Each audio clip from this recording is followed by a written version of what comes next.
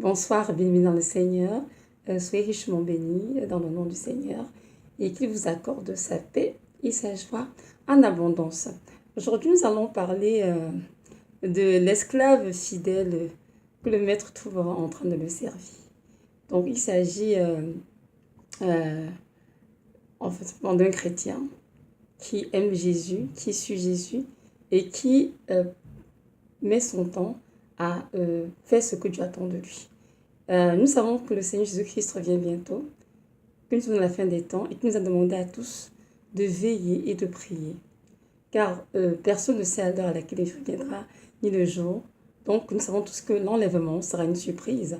Donc c'est important de ne pas gaspiller son temps à faire des choses qui ne glorifient en rien le Seigneur. Mais il est à l'heure de comprendre que le temps est avancé et que c'est le temps justement de servir le Seigneur. C'est le temps de faire ce qu'il attend de nous dans toute son entièreté. Donc, nous allons parler de cela. Donc, nous allons lire un texte dans la parole. Le texte, c'est dans Matthieu 24, des versets 42 à 50. Matthieu 24, versets 42 à 50, je vais lire. Veillez donc, car vous ne savez pas à quelle heure votre Seigneur doit venir. Mais sachez ceci, que si le maître de la maison savait à quelle veille de la nuit le voleur doit venir, il veillerait et ne se laisserait pas percer sa maison. C'est pourquoi vous aussi tenez-vous prêts, car le Fils de l'homme viendra à l'heure où vous n'y penserez pas. Quel est donc l'esclave fidèle et prudent que son maître a établi sur tous ses serviteurs pour leur donner la nourriture au temps convenable? Béni est cet esclave, celui que son maître, à son arrivée, trouvera agissant de cette manière. Je vous le dis en vérité, il établira sur tous ses biens. Mais si c'est un méchant esclave qui se dit en son cœur, mon maître tarde à venir, et s'il se met à battre ses compagnons de service, s'il mange et boit avec les ivrognes, le maître de cet esclave viendra le jour où il ne s'y attend pas et à l'heure qu'il ne connaît pas. Et il le coupera en deux et lui donnera sa part avec les hypocrites. C'est là qu'il y aura des pleurs et des grincements de dents. Parole du Seigneur. Donc voilà le texte, il est très clair le texte. Et ici, le texte parle, nous sommes tous dans Matthieu 24, de la préparation en vue du retour du Seigneur. Comme c'est écrit, personne ne sait le jour ni l'heure à laquelle il viendra. Donc, sa venue sera une surprise. C'est la raison pour laquelle il nous interpelle tous, en tant que ses enfants, de nous préparer justement, de veiller justement dans le but d'être prêt justement le jour où il reviendra. Nous voyons bien dans ce texte, comme il est dit au verset 42, veillez donc, car vous ne savez pas à quelle heure votre Seigneur doit venir. La question est celle-ci, est-ce que tu veilles, toi qui m'écoutes en ce moment? Que veut dire d'abord veiller d'ailleurs? Qu'est-ce que veut dire veiller? Veiller veut dire soit de prêter attention, une grande attention à quelque chose d'important, ou bien veiller aussi peut dire tout simplement ne pas dormir à des heures prévues pour le sommeil, mais se réveiller la nuit pour faire quelque chose de précis, comme par exemple prier. Oui, mon frère, ma soeur dans le Seigneur, est-ce que tu te réveilles la nuit pour prier lorsque Dieu te réveille? Est-ce que dans la journée, lorsque Dieu t'interpelle de faire une chose précise pour lui, est-ce que tu le fais véritablement? Est-ce qu'en ce moment, tu es occupé à faire les choses que Dieu attend de toi? Est-ce que tu es occupé à servir le Seigneur ou es-tu occupé à vivre la vie du monde? C'est-à-dire, comme il écrit ici au verset, pardon, je crois que c'est verset 49, est-ce que tu te mets à taper les ivrognes? Est-ce que tu fais des activités tout simplement de débauche, des choses qui ne glorifient en rien le Seigneur? Il faudrait que nous sachions qu'il ne faut pas se leurrer. Ce qu'on est en train de faire en ce moment dans nos vies va déterminer va déterminer si on se enlève ou pas de 1. Et de 2, ce qu'on sera en train de faire aujourd'hui. Il est très fort probable que le jour d'enlèvement, qu'on soit en train de faire la même chose. Si tu as cette habitude de te réveiller le matin, de prier, chaque fois du Seigneur, ensuite vaquer aux occupations quotidiennes, tu es constamment connecté au Seigneur, tu lis la parole, tu écoutes la louange, tu pries, tu vas ça et là, peut-être le ministère, plus la part du Seigneur, ou bien tu enseignes sur YouTube, ou bien tu exhortes peut-être un groupe de personnes chez toi, ou dans une église. Il est fort probable que le Seigneur Jésus à son retour te trouve en train de faire la même chose. Mais si tu as cette habitude pardon, de te réveiller, une fois que tu as fini de lire ta Bible rapidement, tu te mets devant l'écran, la télévision pendant des heures, ou bien tu fais plein de choses presque mondaines, quoi, qui ne servent absolument à rien. Il est très fort probable que le Seigneur Jésus viendra le lendemain, te trouve en train de faire cette chose-là. La question est celle-ci. Que seras-tu en train de faire le jour de l'enlèvement? C'est une question que nous devons poser chacun pour sa part. Oui, qu'est-ce que le Seigneur te trouve en train de faire le jour de le jour de l'enlèvement? Parce que nous savons bien que nous ne savons pas à quelle heure il vient, ça c'est très clair, ni le jour. Donc, il viendra à une heure, on s'entend dans le moins. Ce sera une vraie surprise. Alors, si tu es évidemment un enfant de Dieu, donc tu es supposé être un esclave fidèle et prudent. Pourquoi prudent? Parce que tu fais toujours attention où tu mets les pieds, ce que tu fais de ta vie. Pourquoi? Parce que ton éternité en dépend. C'est écrit verset 45. Quel est donc l'esclave fidèle et prudent que son maître a établi sur tous ses serviteurs pour leur donner la nourriture au temps convenable? Versement précis, il y a beaucoup de serviteurs, de messagers, messagères que Dieu établit afin de nourrir ses enfants parce qu'il y a une grande famille spirituelle dans le monde entier, hein, ça c'est partout. Nous savons tous que dans les années antérieures, il y a eu beaucoup de faux enseignements, beaucoup d'hérésies qui ont comme fait sécher le vent de Dieu. Et aujourd'hui, il y a comme un réveil qui est là, un peu partout dans le monde entier. Et on voit qu'il y a des enfants de Dieu qui ont faim, qui ont soif de la véritable nourriture, hein, venant de Yeshua, qui est vraiment les irriguer de la vie de Dieu en fait pour qu'il les aide à vaincre durant ce temps de la faim. Et ces enfants-là ont véritablement faim. Et Dieu a appelé justement beaucoup de ces enfants à encadrer certains, à être des serviteurs, à leur donner cette nourriture à manger. Alors toi, qu'est-ce que c'est de ta vie? Depuis ce temps, depuis que tu es né, depuis que tu as dans ta vie, comme ton souhait Seigneur, qu'est-ce que tu fais de ta vie? Est-ce que tu prends le temps vraiment de chercher ça, pour dire Seigneur, qu'est-ce que je fais pour toi? Ou bien tu continues de vivre ta vie, comment dirais-je, tu te la coules douce, tu dors bien, tout va très bien, tu as ton travail, tu as ton téléphone, tu as ton iPad, tu as ta maison, quoi, tout va super bien, tu n'as rien à te reprocher. Mon frère, ma soeur, j'aimerais que tu saches que même si tu n'as pas de vision ou de rêve, ou tu te sens comme attaqué, il n'en est pas moins que tu es attaqué, parce que tous les enfants de Dieu sont en guerre en ce moment, en tout cas les véritables enfants de Dieu, ils vivent dans un combat spirituel. Et c'est important que chacun se réveille, vaque à la prière et veille évidemment. Parce que nous savons tous que notre Seigneur Jésus-Christ est le Dieu qui nous a donné l'exemple de se lever tôt le matin, se retirer pour prier. Et notre Seigneur Jésus nous a invités tous à prier et à veiller. Pourquoi? Parce que nous sommes toujours sous la tentation. Nous savons tous que la chair est très faible, même si l'esprit est bien disposé. Donc c'est important de prier, de méditer la parole, de vraiment être connecté au Seigneur afin de vaincre et de surmonter la tentation dans ce temps de la fin.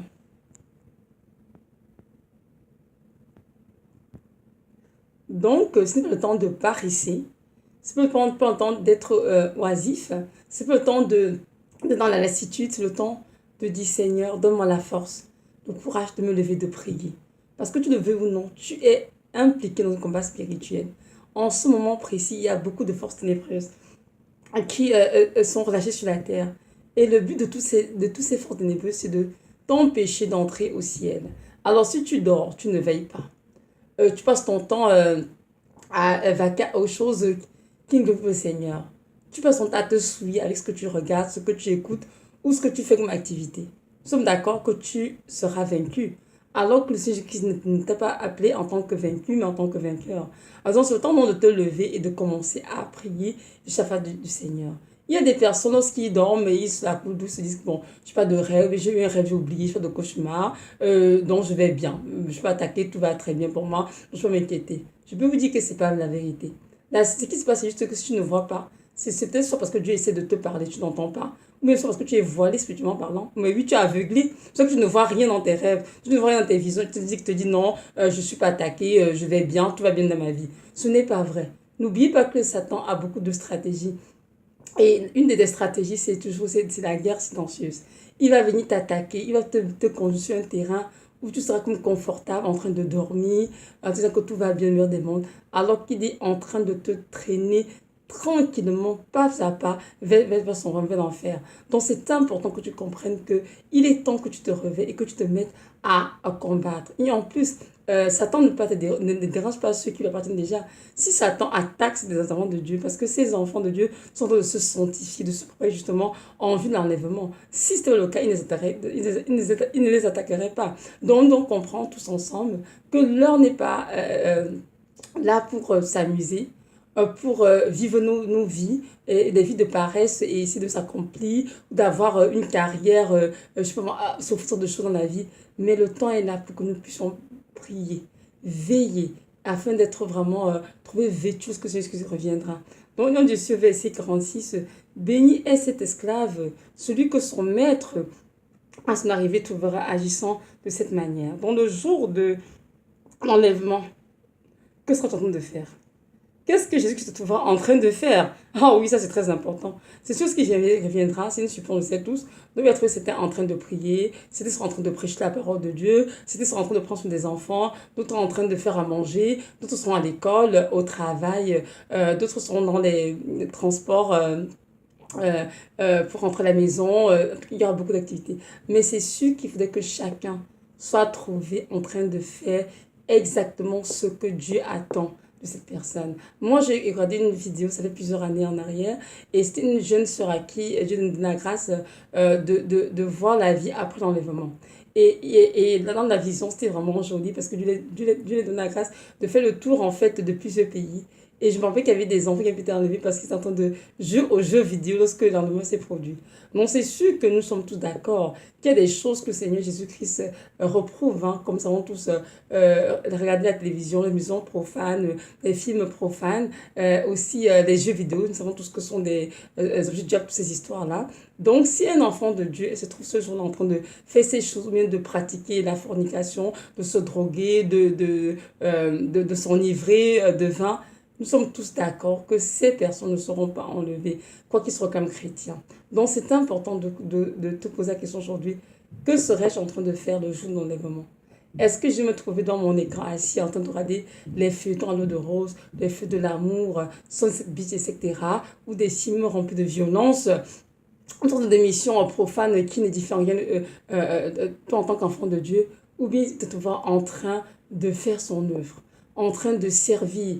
Quand on dit servir, je pense qu'on est dans les rues prêcher ou évangéliser. Hein. Tu peux être même chez toi être en train de servir, de prendre soin de tes propres enfants, tu es en train de servir le Seigneur. Tu peux être dans un hôpital en train de prendre soin de malades, tu es en train de servir le Seigneur. Tu pourrais être, je sais pas moi, dans un parc avec les enfants, tu es en train de prendre soin de tes enfants, tu es en train de servir le Seigneur. Mais ce que je veux dire, c'est que nous devons chacun pour sa part s'assurer que nous sommes en train de faire la volonté de Dieu pour nos vies. N'oublions surtout pas que ceux qui seront enlevés, ce ne sont pas ceux qui diront Seigneur, Seigneur. Non, c'est qui dans Matthieu 7, hein, 22 à 23. C'est ceux-là qui auront fait la volonté du Père qui seront enlevés. Jésus qui était clair dessus.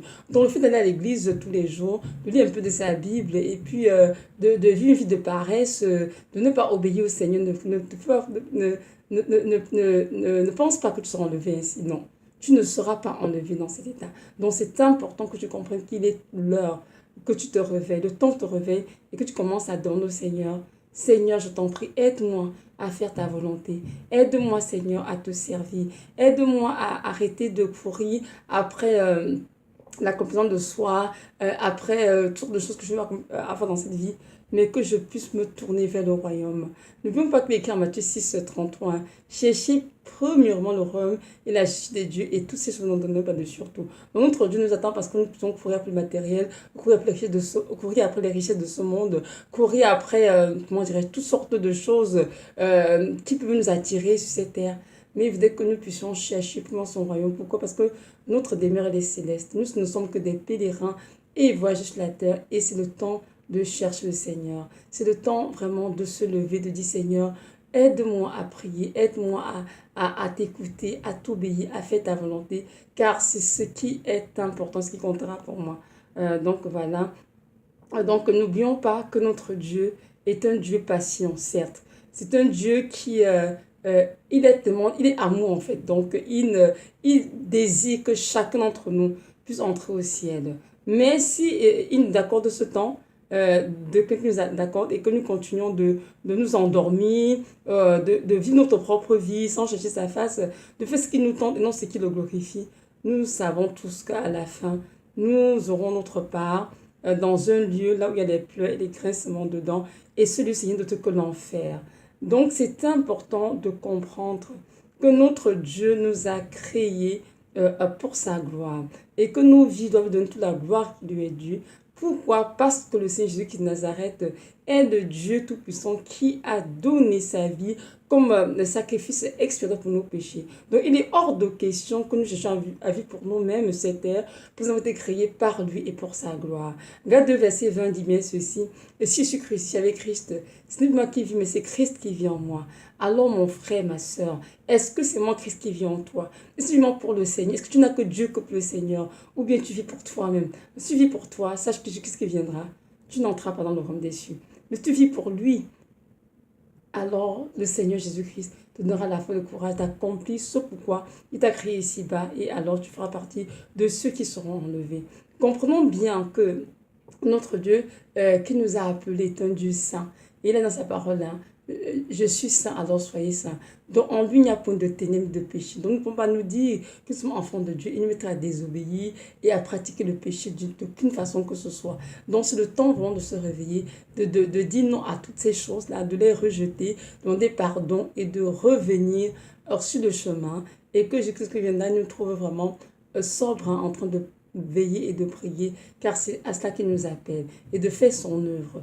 Oui, tous ceux et toutes ceux qui sont appelés à servir le Seigneur, tant de se lever et de dire: oui Seigneur, à quoi tu m'appelles, je vais vraiment le faire. Si Dieu t'appelle à s'occuper des enfants, dans un orphelinat, fais-le. Si Dieu t'appelle à prêcher la parole, que ce soit dans une église, dans les rues ou même sur YouTube, fais-le. Si Dieu t'appelle à t'occuper de la veuve, par exemple, de l'orphelin, fais-le. Si Dieu t'appelle à prendre soin des femmes âgées, fais-le. Bref, peu importe ce que tu te demandes, c'est le temps de dire: oui Seigneur, je veux contribuer à l'avancement de ton royaume ici sur terre. Je veux faire ta volonté, Seigneur. Je ne veux pas faire ma propre volonté à moi. Parce que ta propre volonté, mon frère, ma soeur, te conduira certainement en enfer.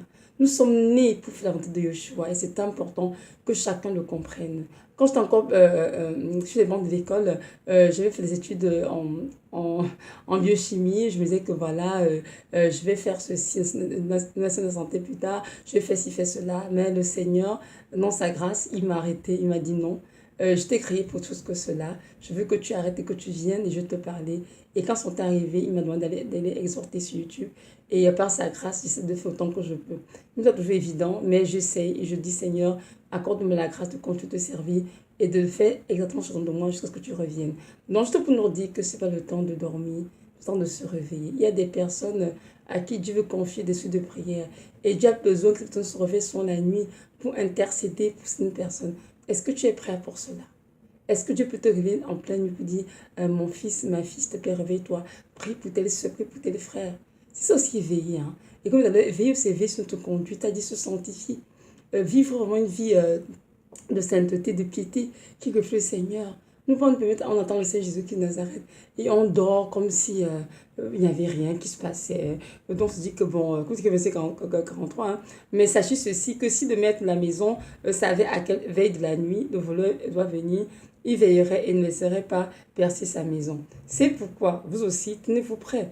Donc voyez-vous, donc ne sommes pas qu'il viendra. Donc c'est important que nous veillions et que nous prions justement, sachant que notre Dieu nous appelle à être justement prudents, de veiller et de ne pas se laisser avoir. Parce qu'il y en a beaucoup qui vont dormir, ils vont se réveiller un jour en enfer.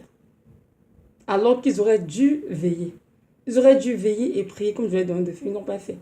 Ils étaient très paresseux pour la chose du Seigneur, mais ils ont eu de l'énergie pour la chose du monde. Voir la télévision, aller faire du sport, aller magasiner, aller aux agapés, aller faire son activité à la plage. Mais ils n'ont pas eu le temps de s'asseoir pour entendre la voix de Dieu et faire exactement ce que Dieu attend. Verset 48 dit ceci, verset 48. Mais si c'est un méchant esclave qui se dit en son cœur: mon maître tarde à venir, et s'il se met à battre ses compagnons de service, s'il mange et boit avec les ivrognes, le maître de cet esclave viendra le jour où il ne s'y attend pas et à l'heure qu'il ne connaît pas. Et il le coupera en deux et lui donnera sa part avec les hypocrites. C'est là qu'il y aura des pleurs et des grincements dedans. Amen, parole du Seigneur. Donc, si en ce moment, mon frère, ma soeur, tu te dis, ah, le Seigneur Jésus-Christ a venir, ça fait un bon bout qu'on annonce sa venue, vient jamais. Donc, j'ai tout le temps, quoi. Je peux vivre ma vie, je me la coule douce, ben, je suis content, je n'ai rien à me reprocher. Et puis, de toute façon, Jésus-Christ vient d'un jour, pour l'instant, je vais essayer de m'amuser quand on se doit. Oh, c'est dommage, mais tu pourrais regretter beaucoup. Ne fais surtout pas cela. C'est mieux d'être prêt tous les jours. Lorsque viendra qu'il te trouve prêt, que de te tromper, pas de faux raisonnements, et que le jour de son arrivée, qu'il te trouve pas du tout prêt. Ce serait très dommage. N'oublions surtout pas qu'après l'enlèvement, il y aura oh mon Dieu, des atrocités, des rires qui vont prendre place sur la terre.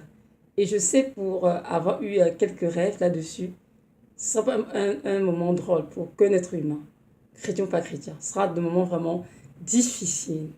Des moments où il y aura, des chocs émotionnels, ça et là. Les gens vont mourir, les gens seront comme au-dessus, enfin, comment dire, au-dessus, ils seront tellement choqués parce qu'ils vont voir que beaucoup ne reviendront pas. Donc, c'est pas un moment qu'on peut déserter sur terre. Il faut vraiment faire tout ce qu'on peut avec l'aide du Saint-Esprit.